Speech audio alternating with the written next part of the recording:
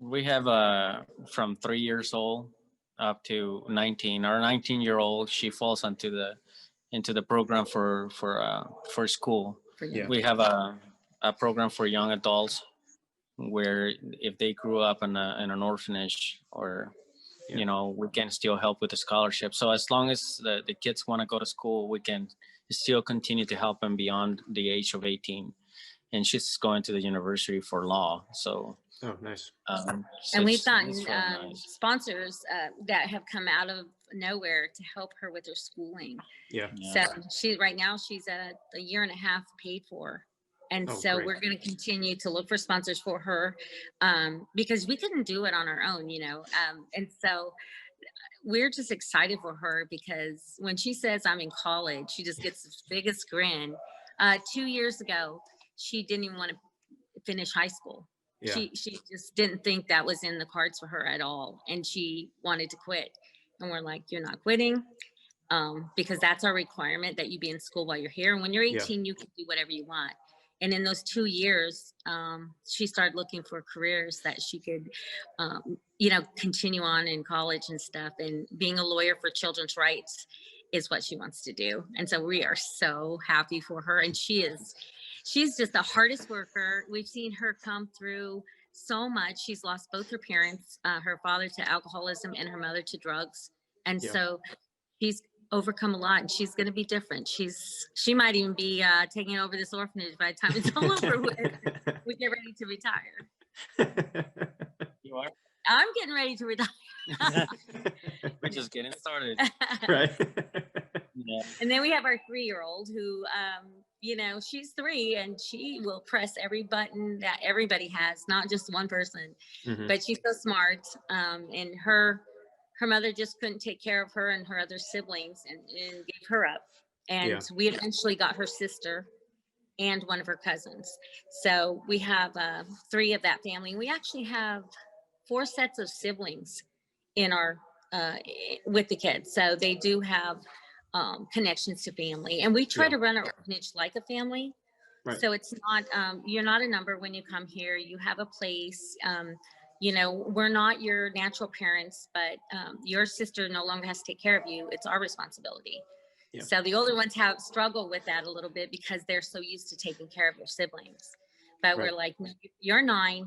Now you can be a 9-year-old girl and go play. You don't have to do all this. So some of those adjustments are hard for them. It's psychological more than physical, I think. But after you can tell the changes, we can see the changes of, the maturity of them. Sometimes it's up and sometimes they're 9-year-olds thinking they have to carry the whole weight of the world on their shoulders. And so they're turning into young girls playing with dolls. And so it's really rewarding to see the changes that are coming. And one of our little boys, he was in first grade for 3 years. I think 3 years. He couldn't tell a letter from a number, and he was just struggling so hard. We actually took him to be tested because we thought maybe he had some disability in learning. And the psychiatrist just said, no, he just needs love. He just needs to feel love and be loved, and he's going to flourish. And this is year 3, and he is starting to flourish. So we were so frustrated though, because nobody knew what to do with him. I mean, none of us are licensed teachers. We're just in there doing what just doing your best, right? Yeah, just actually, we've never done anything like this before. So everything we do is the first time. And so it not the parenting part. We raised 4 daughters, but only daughters. I never raised any sons, and boys are just different. Boys are just gross. Sorry.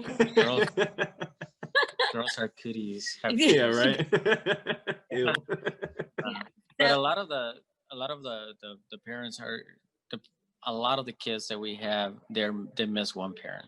Yeah. They missing one, and most of the time it's the dad that passes away and the mother remarries, and then those kids get left out, and then they take care of the new kids from the new marriage, and it seems like that's a continuing story in a lot of the cases with our kids. The step parents.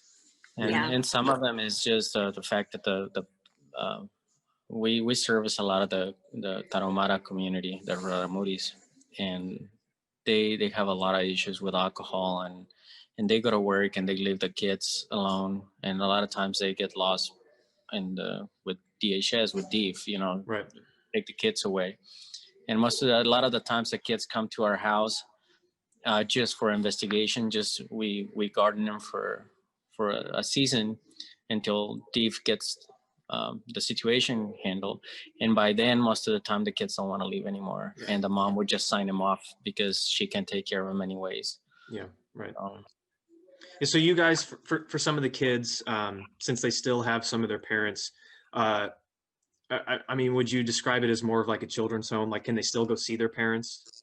Yeah, the parents actually, they are required yeah. to visit. I mean, if they don't get visited for, I think it's 2 months or 3 months, they fall under abandonment, and then they become state. So they are required to communicate with the kids, and yeah. So and most of them do. There's some kids that, well, they don't have anybody, so those are now some of the kids that are from DEEF. We have a really good relationship with the local DEEF, and at some of them they just permanently in our place. I mean, they buy DEEF, but they at our place now. By them, so those are not required. Well, they don't have family to take care of them. Right. Yeah, I mean, what you guys were talking about earlier. One of the things I love about your organization and the other ones that I work with in Reynosa is you guys. You're not just giving the kids a place to stay and meals. You're trying to set them up for the rest of their lives. And you're trying to teach them that they have a lot of potential in their future. And they can do anything they want. They just need a little bit of support. They just need a support structure is all. I think a lot of people, including myself, because I grew up in a pretty big family, and all my grandparents were around, my parents were around my entire life, and that support structure you always take for granted. I think a lot of people, I think, take that for granted, but sometimes that's just all you need. Exactly. Every day we tell them, we have posters telling them how important they are to us, how intelligent they are, when they don't believe these things, and they've been told differently all their life. So it is beautiful to see them blossoming and to see that part of their souls that are being opened up to the reality of what they can be, and and what God has planned for them. We tell them all the time, this is not us. We could not do this. This is God's people, with God asking us to go to Mexico and do this. But this is not us.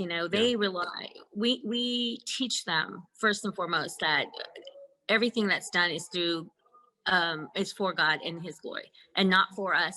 And everything they've witnessed, even our workers who help us, they're witnessing God all over this. And everybody that comes into our place says there's a peace and just something different. And I just know it's God. I know it's God. He's there. And that, that drives us on, and it keeps us moving. And our kids are starting to ask so many questions, and we are doing church now inside of our home because our church wasn't open at the time. Right. So we're Memo's pastoring and without a license. I'm just teaching them what I know. That's all. And life lessons, and that's right now, that's what they're absorbing, and that's what they can relate to the most. And we have to teach them. Literally, you have to teach them that abuse is not normal. That's so crazy. You never think about that. Like, it seems like it would be obvious, but for some of them, it's like it's all they know. It's just so normal.